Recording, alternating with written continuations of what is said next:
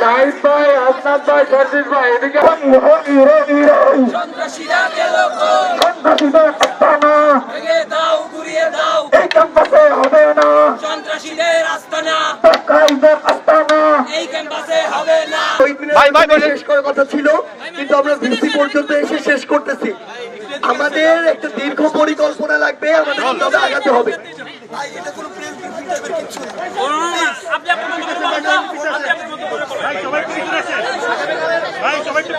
Kindly যে যার মতো যেখানে থাকেন সেখানে চলে যান। আমাদের একটা দীর্ঘমেয়াদী পরিকল্পনা করে নেক্সট দিন থেকে মাঠে নামতে হবে, কারণ আমাদের সাথে যেটা শুরু হচ্ছে এটা কখনো প্রত্যাশা করি না। আজকের মতো আমরা এই জায়গা থেকে শেষ করছি।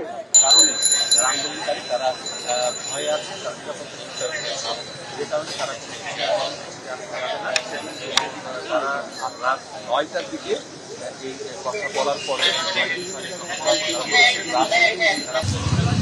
আমরা আজকে সারাদিনের যে প্রোগ্রাম আপনারা দেখেছেন, এখানে সবসময় আমরা স্টুডেন্টদের সাথেছি এবং আমরা যেটা আমাদের বিশ্ববিদ্যালয়, বিশেষ করে ঢাকা বিশ্ববিদ্যালয়ের প্রশাসন যেমনটা চেয়েছে, তাদের সেই অনুসারে আমরা এখান থেকে নিরাপত্তা নিশ্চিত করতে এসেছি শুধু, এবং যাতে কোনো কারণে দুই পক্ষের মধ্যে কোনো দ্বন্দ্বের সৃষ্টি না হয়, কেউ আহত না হয়, সবাই যেন ভালো থাকে। এই জন্যই কিন্তু আমরা একদম কঠোরভাবে ডিএমপি প্রত্যেকটা ফোর্স একবার চরম ধৈর্য ধরে এখন পর্যন্ত আমরা আছি তাদের সাথে।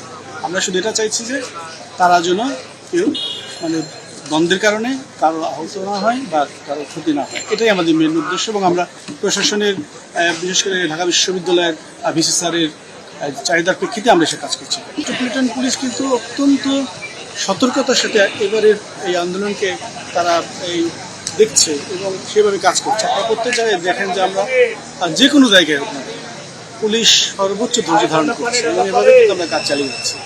এবং আমরা কিন্তু প্রতি ক্ষেত্রেই চাইছি যে কোথাও যেন বিন্দুমাত্র কোনো কেউ আহত না, এই একটা কথা কিন্তু আমাদের মূল উদ্দেশ্য। এবং আমরা কোথাও আপনারা দেখেছেন যে আমরা শক্তি প্রয়োগ করতে চাইনি, এখনও আমরা যে এখানে আছি আমরা কিন্তু শক্তি প্রয়োগের কোনো চিন্তা আমাদের মাথায় নেই। আমরা চরম ধৈর্য ধরে